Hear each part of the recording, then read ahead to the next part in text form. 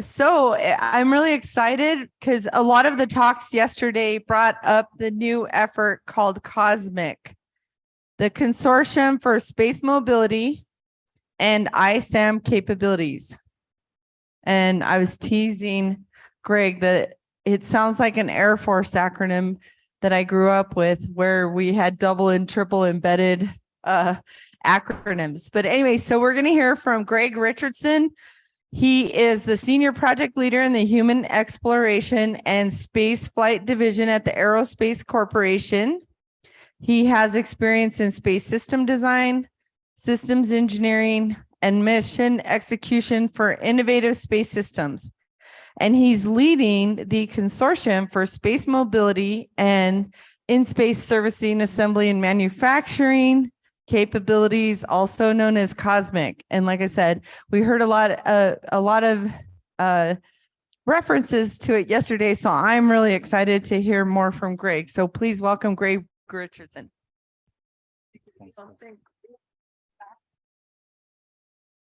All right.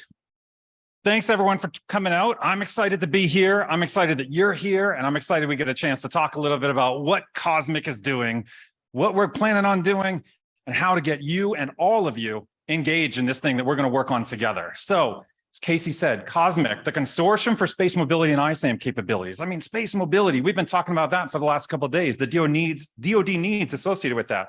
And ISAM, ISAM is a broad range of applications, and normally I'll tell a little bit more about what ISAM is, but you've heard about that yesterday. You heard about that this morning. Today, I'm going to jump right into it. And so I'm going to talk a little bit more about, let me see if I can get my clicker going. If not, I might, there we go. So a little bit about why we're here.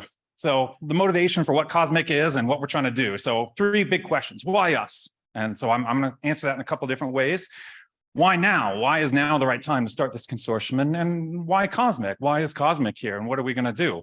So with that, I'm going to jump into the first part of the why us and talk a little bit about why me. So I got started working ISAM stuff in 2002, working a DARPA mission called Orbital Express. And Orbital Express demonstrated autonomous rendezvous and docking. It demonstrated fluid transfer. It demonstrated hardware transfer between vehicles, and launched in 2007. This slide right here is a DARPA slide from 2002. And in 2002, they talked about, here's what we want to see. We want to see servicers in all different orbits going around and servicing different clients. We want to see depots that have the hardware, the consumables, or the other activities that they're going to need. And we want the servicers to be jumping back and forth between them and the clients that are going to be there. And DARPA's mission with Orbital Express was, we want to take the technical excuse off the table. We want to show that it's possible, show that the technology exists to be able to do all the things that we want to do. So this future was the guide star for that mission. So with that future, we start working on implementation, and we go from the drawing on the left that was early in the program to the spacecraft build in the middle. That's the servicing spacecraft called Astro that was built specifically to perform the services. And then the launch happened in 2007. Operations happened right up the road here at Kirtland, and we operated that to demonstrate all the things that we wanted to do. Orbital Express was a technical success. Orbital Express hit all the mission criteria that we needed to hit. We did all the autonomous rendezvous and docking scenarios with different stages of what the client was doing and how it was organized. We did all our fluid transfer scenarios. And what you'll see in the video here is the video from our RPO sensors, what the servicing spacecraft saw as it released the client vehicle, backed away from it, and using its onboard cameras, using its onboard lights, looked at the client vehicle, did the relative navigation, did the relative guidance and maneuver planning, and figured out, where is that client vehicle? Where do I need to be? And how do I retreat from it? And then go back and dock to it again. By the end of the mission, we're doing all that autonomously, but it was a step-by-step crawl, walk, run approach to get to that point. And then once the 2 vehicles were docked together, we did fluid transfer scenarios, treating the other vehicle both as a potential depot and pulling fuel from it, and as a client, pushing fuel onto that. We were able to do that in a couple of different modes. We also had the robotic arm that was in those previous pictures that took out our ORUs, our orbital replaceable units, and installed them. And you actually see one of the ORUs, the battery ORU, right there on the client vehicle sticking up. That was a redundant battery that provided them a little bit of extra power margin over the course of the mission. This launched in 2007 and demonstrated all these things. And it was a huge success. And over 4 months, did all of these activities. So based on that, you'll be surprised to know what happened next, which was we didn't get the future we dreamed about, right? We were technically successful. We were TRL-9, we were flight proven, but what happened? We didn't get the depots and the servicers and those activities. And the net result is, oh man, this font is terrible. All right, I'll read it for you, but technical success is not enough. And it's not enough to just show that you have a component or a capability that's a TRL-9. You need to incorporate the coordination with users and having users there to receive that, to adopt those technologies. That's just as important. And that coordination, it takes time and it takes effort and it's hard work. And you need to be responsive and it needs to be a little bit of give and take on both sides, but that coordination with users is critical. So in order to do that, we need to coordinate among ourselves. We need to coordinate on lessons learned and on plans and on activities. And that coordination and that collaboration is the key to what's going to make us successful when we do this again. We get it right this time. Some of the challenges are over there off to the right. You'll recognize these challenges. We took those from two different sources. One is the National ISAM Implementation Plan that was released last December. It builds on the strategy that was released last April.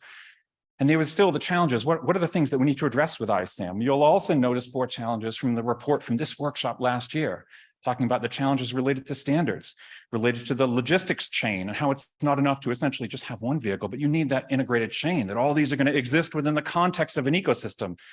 We need to create and build that ecosystem to be interoperable.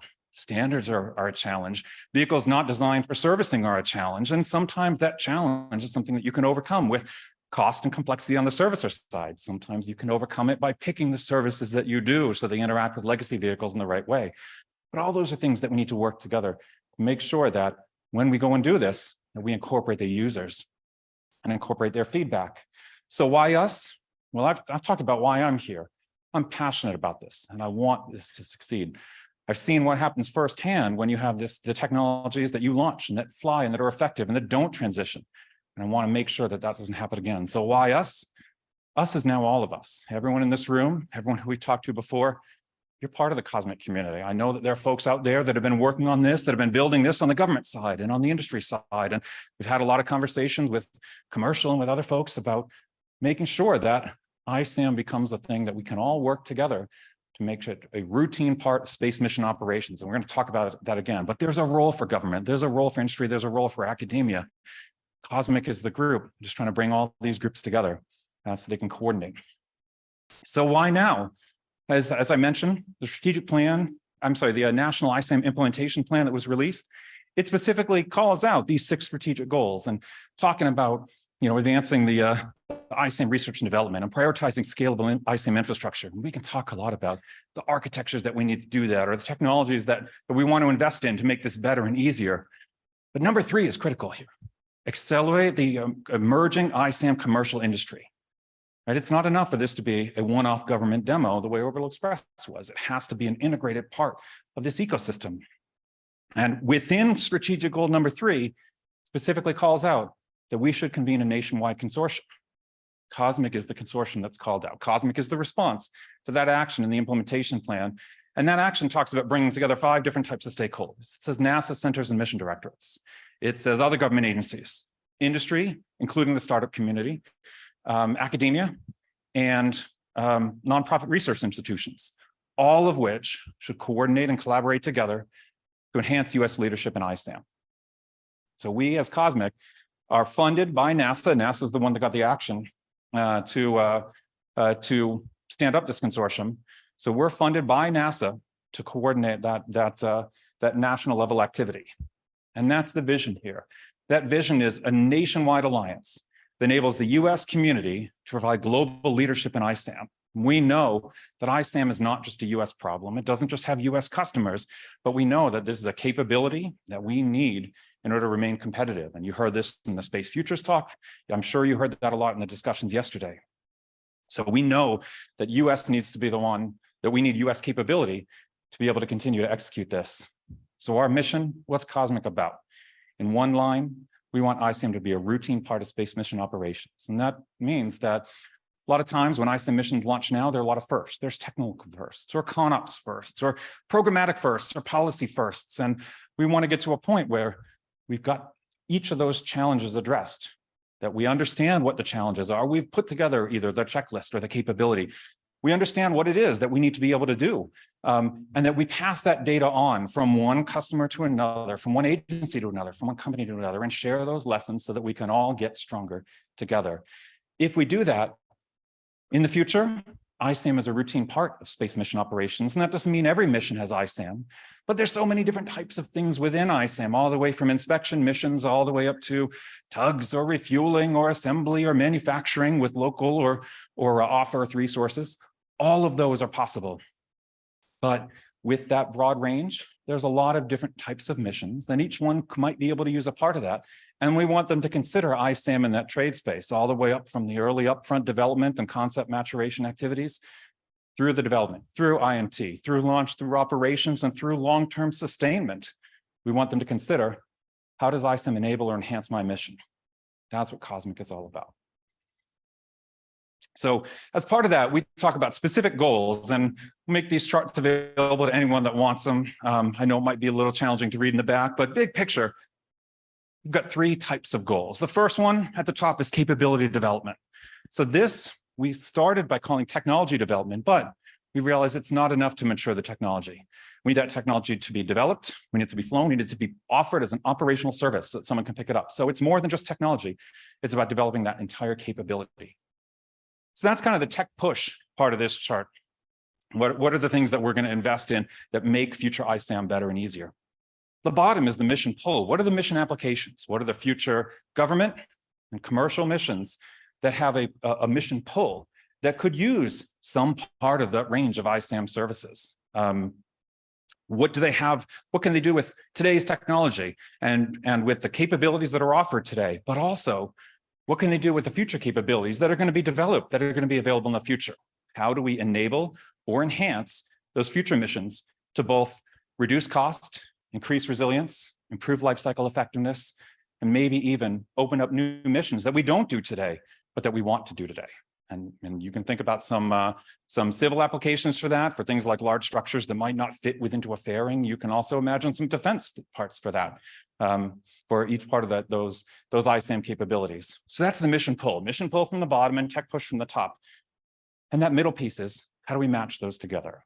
And that's the ecosystem economics piece. How do we match supply that comes from the top, the technology and capability supply, with the mission pull from the bottom? What are the road bumps? What are the speed bumps? What are the things that stand in their way? And what can we do by improving coordination, collaboration, developing group products, just creating that community that would help us smooth out those road bumps? Those are the big picture things that COSMIC is about. I also want to point out one more thing, that COSMIC is not a funding consortium. We're not going to be providing funding to other organizations. We're not going to have calls that you need to be a COSMIC member to join. What we are is a collaboration forum where you can bring together all of these folks, where they can share their mission and vision, they can share their plans and develop joint roadmaps with others who are interested in those, and where it's easier to make the connections that you need to make in order to be able to continue to advance US leadership in ISAM. And so on the right side, in the small print, the goals and objectives, you'll see things like promote and coordinate and improve access and facilitate. Those are the things that we'll do as the COSMIC Consortium Management Entity. We'll help create the community that brings everyone together, where those individual members can share the information about what they're doing and where they're going in ISAM. So organization, I'm going to give you kind of a top level view here for how this is organized and what we're going to do. So I mentioned that COSMIC is funded by NASA. NASA has funded us from Aerospace Corporation. Aerospace is the consortium management entity. So we are the box in the top middle there, and we're the ones who are going to manage the day-to-day operations of the consortium and create both the forums and the online forums and the in-person forums, and facilitate the products that come out of this consortium. NASA's funding this. This is not a NASA consortium. It's not built, it's not empowered to solve NASA's problems. We're trying to look at national problems. And in order to do that, we need to be driven by a steering committee that includes members from all of those different elements, all those 5 different types of stakeholders that I talked about. That steering committee will include government, industry, and academia, and it'll have reps from each of those sectors coming in and helping set the strategic priorities for the consortium. Those priorities will be passed over to us as Aerospace, as the consortium management entity. We'll do as many of those high priorities as we can within the budget that's allocated to us by STMD, and work with the community to create the products, create the collaboration forums, and help create the things that we need to make ISAM a routine part of space missions and life cycles. I'm going to talk a little bit more about that middle layer, the caucuses, the places where you can talk with others within from your sector, from government, industry, academia. But I want to spend a little bit more time here on the focus areas, the 5 focus areas across the bottom. And when we first started this, we said, well, how should we organize? We know that we can't just talk ISAM because it's too broad and there's too many pieces. So we need to focus a little bit more and have groups together talk about those pieces. And we started with like a technical breakout where maybe one was robotics and one was autonomy and one was capture mechanism. And we realized that's not going to be enough. All those kind of fall into the big picture of research and development, research and technology. So our first focus area in yellow is the research and technology focus area, focusing on advancing those capabilities. We modeled this setup after LSIC, the Lunar Surface Innovation Consortium. NASA STMD funds Johns Hopkins to run that and focus on problems that are specific to the lunar surface. One of the things that we're planning is we want subgroups within each of these focus areas. So as members come in and they say, you know, I'd really like to talk a little bit more with others who are working this particular problem or area, we want them to create a subgroup. We want them to be able to have discussions at that level of technical depth with others who are interested in talking there. And then they can bubble that up within the focus area. Make sure that products that come out of that subgroup come back to the focus area and are useful across the broader membership and community. So that's our research and technology.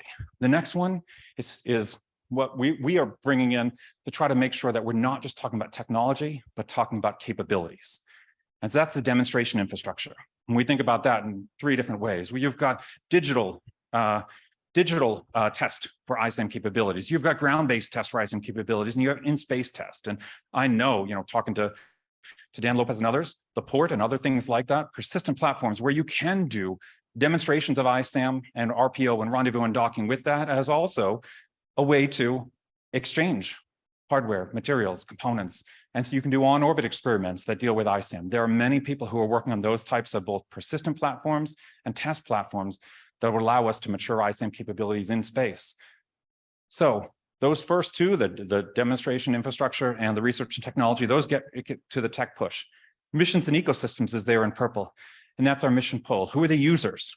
Who are the Space Force, the NASA, the commercial users that are looking at ISAM capabilities? We want them coming in talking about their needs, what they can do today, what they want from a technology in the future. We want a place where they can collaborate and talk about the challenges they have, talk about the benefits they have, talk about where they might be able to apply ISAM in a way that we haven't thought about before. That's a place where you can collaborate. And again, each focus area includes government, industry, and academia.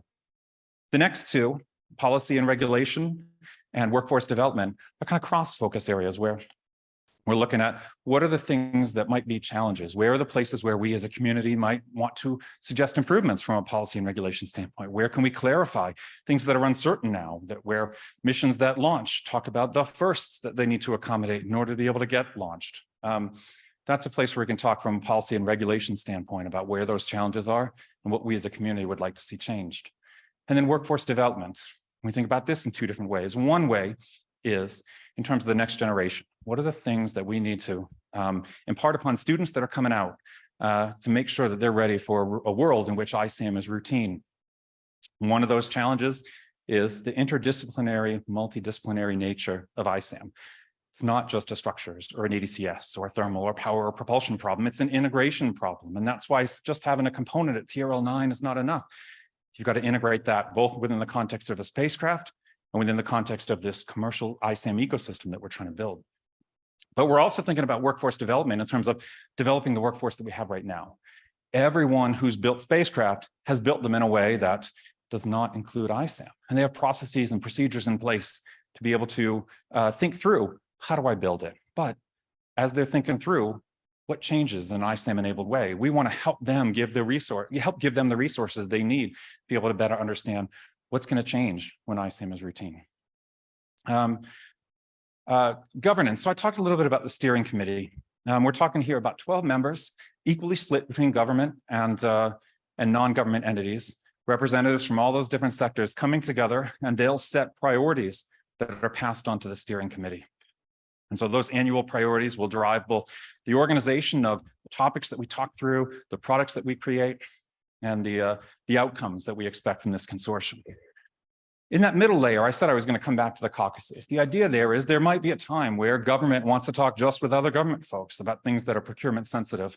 And they might not want to be able to, might want to have a forum to be able to do that without violating any potential concerns with respect to future procurements. So we needed to have a place where we could have that kind of government caucus. Government could talk to government, and we understand there might be opportunities there where industry talks to industry, academia talks to academia, and so opportunities to essentially meet with others in your caucus and talk about, hey, how well is the consortium meeting your needs? Are there things that we can do better? Are there things that we can do? Are there products that we can create? Are there dialogue or discussion that we can have that would better help you meet the needs that you have and what you're looking to get out of the consortium? Those caucuses will allow you to have those kind of conversations. And the focus areas I talked about, how they kind of feed together. And so we want to have discussions and dialogue within the focus areas, but we also want to have discussion and dialogue between the focus areas. And especially both the feed forward from research and technology, informed by the infrastructure they need to test it, but the feed forward from research technology into future missions, and then the feedback from those missions back to what else should we be developing? What new technologies do we need? What new capabilities do we need to mature? What else do we need to demonstrate? That's how we want to encourage that kind of cross-focus area dialogue and discussion, and then use the policy and regulation and the workforce development across that entire mission lifecycle to be able to support that. So I'm going to skip that just in the interest of time. Future activities, what's coming up next? We've got a couple of things coming up. One is we're having a series of engagement sessions right now planned for June. Just heard today, we might need to push that back a little based on some concerns that we're working through with the NASA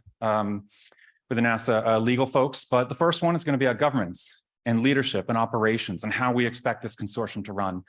Second one, all about the caucuses and focus areas, how you can come, how you can participate in the focus area meetings, how to bring the experience that you have and the work that you're doing and share that with the other members. And then the last one on community building and products that we can create. We're talking about doing those in the month of June. Best way to, and with each of those, want to make sure that we have as broad of a reach as we can. So we're out talking to the community that would become a part of our COSMIC community. We're leaning here towards we're scheduling a kickoff this fall. We're looking right now at November 2023, location somewhere in the DC area. We want to share information about all of those with folks that are interested in participating. So the best way to do that is how you can participate. So today, our website is cosmicspace.org. QR code's here, and we've got postcards that'll help you with that. On that website, there's a place where you can sign up to be on our mailing list. When you're on that, you'll get notified of the engagement sessions, you'll get notified about details of the kickoff, and anything else that comes out of our COSMIC community. That's what you can do today. And you can ask questions. Tiara Johnson, raise your hand. She is here. I'm here, representing the consortium management entity. We'll be here for the next couple of days and love to have discussion with you about what you heard today, what you're thinking about, and how you can participate in building this broad ISAM consortium. So this summer, attend those engagement sessions, learn a little bit more, give us your feedback, tell us what you think would work, what you think's not going to work. We love all of those because all that feedback helps make our consortium, helps our ideas get stronger. This fall, attend the kickoff. That'll be the start of the work on the products that we're creating. It'll also be a way to start talking about how we build and continue to maintain engagement with the COSMIC community. And then the last one, which I apologize, a little hard to read here, says 2024 and beyond. That our kickoff is this fall, and that starts a regular cadence where we've got monthly focus group meetings talking about those products. We've got twice a year COSMIC general membership meetings, bringing that whole group together. So continue to engage. This is a long-term activity. NASA is funding aerospace for this year, but they are also pulling aside money for the next few years so that we can continue ISAM, a routine part of space mission operations. And we need the whole community's help to do that. I think we've briefed this about 40 times to different government, industry, academic forums, different workshops and conferences. And the broader that we can spread the message, the more people can see themselves in it, the better our community is going to be. So I encourage you to go sign up. I encourage you to come talk to us, and let's work together to make ISAM a routine part of space mission operations. With that, do we have time for questions, or is it time to move on? We have questions. Just time for questions if you want to.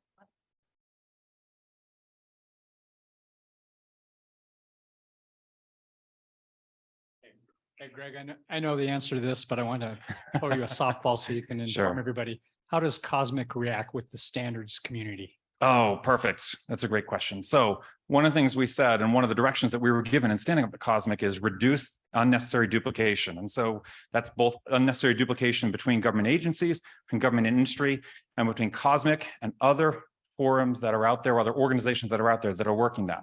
So COSMIC is not going to be a standards development organization. That's not what we do. We know that standards for ISAM are being developed by CONFERS, and we've had coordination, regular collaboration with them to talk about what they're doing and how to be able to make that, how they can make the and mature the standards they're working for ISAM. What we can do on the COSMIC side is two different things. One is, as they create standards, we want to promote that as broadly and widely and keep pushing that message. Hey, these standards exist, and we think that these standards coming out of CONFERS are represent a way to make sure that you're part of the interoperable space future that we all want to see for ISAM. The other thing we can do as COSMIC is pull together if there are US recommendations for standards that we need and communicate that to CONFERS. That CONFERS is an international organization, a trade group that represents the activities and the vision for making ISAM a routine part of space mission operations. And their wording is a little different. I don't want to speak for Joe or for other members of CONFERS, but I will say that through that coordination and collaboration, we're going to make both organizations stronger. I got two questions. Yeah. First, with the fact that there's almost an ISAM or ISAM related conference, symposium, workshop every week of the year. Mhm. Is your intent to try to rein in those, facilitate those, acknowledge those, ignore those? How's that all pieced together? That's question one. Number two, Northrop Grumman's very successful space logistics subsidiary took a lot of years and a lot of internal funding to get to where to be the leader in space logistics right now. And so I'm curious how in a forum such as this, how we're going to be able to communicate and share progress and ideas while still protecting IP. Yep. All right. Great questions. Let me start with the first one. The goal of COSMIC is to be as broad as possible. So that means all of ISAM, all US entrants. So again, promoting the national, the US leadership in ISAM. So in order to do that, we know there are folks out there that are working bits and pieces of that. So there are folks that are working specifically on servicing. There are folks that are working on in-space manufacturing. There are folks that are looking at activities on the lunar surface. Our goal, coordinate with them, have reps from those consortium and those meetings come to COSMIC, share, hey, here's a community. And if you're interested in this, come join our community.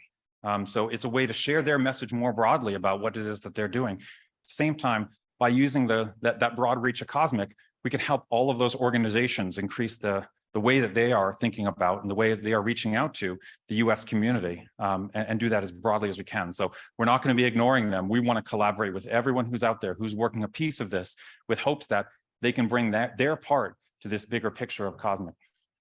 The second part was about intellectual property and how we protect and maintain that.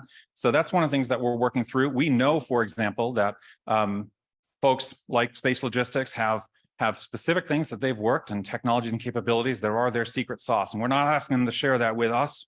What we are asking them is to share enough about their plans for the future or the activities that they're proposing or when they have public things that they can announce to come and announce that to this community. Because if that happens, then folks that are interested in that know exactly where to go. They know who to talk to.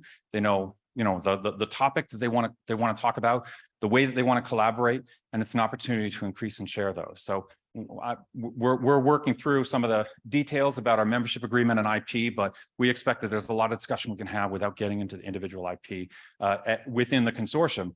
Members can choose to share that with others with whom they want to create those directed agreements. So you already talked a little bit about CONFERS. I guess I wanted to know, based on what you presented as working groups, it looks like there's almost 100% overlap. Why would there be created two separate organizations that try to accomplish the same thing? Got it. Yeah, and that's a great question. And one of the things that we talk a lot about is what are the differences between COSMIC and CONFERS? Certainly, there's similarity in terms of vision. The difference is that COSMIC is intended to be for a US audience. And so our goal here is to only include US members from US organizations and the participants they send have to be US persons. That's the only way that we can assure that all the folks that are there have a vested interest in US leadership in ISAM. By doing that, we open up the conversation a little bit more. There's more that our government customers can share, especially on the DoD side or on the IC side, about their plans and their goals for the future. So even if the vision is the same, the membership is a little bit different, and that's why the coordination between COSMIC and Confers needs to stay and needs to be maintained. Hi, good morning. Thank you. Quick question, going back to your org chart, Yes. that chart had your mission areas and just to call your attention to research and development, obviously following the system life cycle. But our point is we are living in accelerated times. I would really like to see that you're talking to your ecosystem of users in the research stage, not after test and evaluation. So one could confuse your org chart with a sequence. Yep. And because we know we're living in accelerated times, that's the nugget, right? Where customer discovery at the research stage is really how we get there faster and get users to adopt. Yep. Is Awesome. that in your mindset? Yes, and so Okay. I talk about that in terms of cross-focus area collaboration, but you're right. We've got to make sure that that's clearer, both in the charts that we present, but our goal is not just having technologists talking to technologists, but users learning from the technologists and vice versa to help figure out how we get them to come together and create the capabilities we need in the future. Thank you for that. So I'm an Ashoka Fellow, a social entrepreneur, as well as some other things. And I've observed in the social capital markets, the nonprofits, there's a bit of overlap and waste in trying to solve for the same population related problems. Yeah. And I mention that here because if you're mapping the users of ISAM, how is that map being shared so that the overlapping capabilities and consortia and mind share and brain drain of orgware does not proliferate in the space domain the way it has proliferated to not solve poverty and other issues, water, etc., in terrestrial? What's the economy of orgware that you see as necessary, frankly, that should be in a 2030, 2050 space futures report so that the orgware and attention mindset can be efficient? Yeah, so I want to try to treat that in a couple different parts. The first one is specifically on Confer's role and how we could create those types of things. So for every product that comes out of Confers, we're going to look at distribution and which of those go just to the Confers members. We hope there won't be too many of those, but which of them essentially have unlimited distribution so that all those related consortia can see those and have plans. So when it comes to future missions and ecosystems, we'd love to be able to share those as widely as possible to help people understand what it is that we as the integrated government, industry, commercial community think that future is going to look like and where those missions and where that mission demand is going to come from. The other piece that I'm not sure I followed was specifically about the social capital piece and about how do we make sure that their activities are aligned. Was that kind of the gist of that part of the question? Yeah. Okay. I mean, there are only so many registered stocks that are traded, Yeah, and there are an infinite number of funds that trade them sure. or benchmark to them. How are you going to conserve the effort of attention that the companies who are in the room and not in the room want to pay to the various organizers of their activities for their own benefit? Yeah, all right. That's a great question. So one of the challenges that we've got is there are other folks that, as I said, are working bits and pieces of this. And we as COSMIC are trying to bring all those folks together. If someone's effort is best spent on a piece of ISAM, spend that effort there. If our consortium is coordinating with yours and you're working hard on that, great. We love to see that. And then as the results from that particular group come back into COSMIC, your work is represented and you're advancing what we need to do within COSMIC. One thing that I didn't say is that membership in COSMIC is free, right? As long as you're a US person working for a US organization. And so you as the academic, industry, or government entity choose how much time do you spend, how much attention do you focus? And so everyone is going to have that same kind of problem. We don't want to add to it. But for the folks that want to come and help us participate in this big picture, we welcome you to come and join, be a part of the Cosmic community. We'll take it off. All right, Thank thank you. All right, thanks, everyone. If you've got more questions, you want to have more discussion, I'll be over on the side and I'm here all day today and tomorrow. I'd love to talk to you more about what we're doing on Cosmic. Thank you.